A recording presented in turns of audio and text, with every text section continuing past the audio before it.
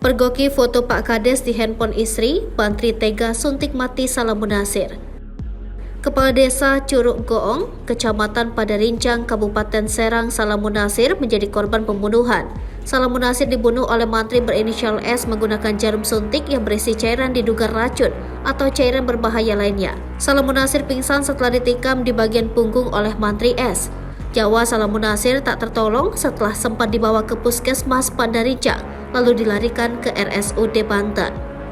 Raden Yayan Elang, pengacara SH, mantri penyuntik mati Kepala Desa Curug Goong, Serang, Banten mengatakan SH sempat emosi saat melihat ada foto-foto korban di galeri ponsel istri pelaku. Korban, kata Elang, sudah berkali-kali mendekati istri SH. SH kemudian mendatangi rumah korban untuk menanyakan maksud sang kades mendekati istrinya yang berprofesi sebagai bidan desa. Elang mengatakan saat hendak menemui korban, SH memang sudah mempersiapkan jarum suntik berisi cairan. Namun tujuannya bukan membunuh, melainkan untuk memberikan efek jera. Sosok Salamunasir. Dikutip dari Tribun Banten, Salamunasir baru menjabat sebagai Kades Curug Goong selama setahun. Ia terpilih dalam pemilihan Kepala Desa tahun 2021 dengan mengalahkan Petahanan Tamami.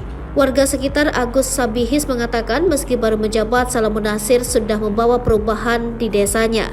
Salamunasir dikenal dekat dengan masyarakat dan aktif mengikuti pengajian bulanan. Sebelum menjadi kades, Salamunasir menjabat sebagai sekretaris desa Curug Goong.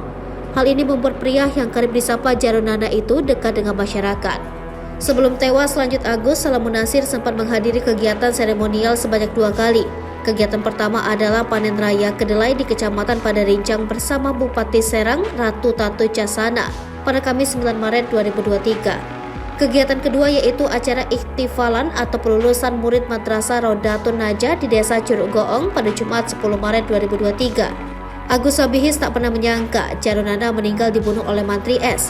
Yang dia tahu, Jarunana dan Mantri S tak pernah ada pertikaian, bahkan mereka jarang bertemu dan tidak akrab. Sementara itu, Ketua RT Desa Curug Goong, Bahrain, mengatakan gaya kepemimpinan Salamunasir berbeda dengan kepala desa sebelumnya. Saat ini, S yang berprofesi sebagai aparatur sipil negara di RSUD Banten diamankan di Mako Polresta Serang Kota.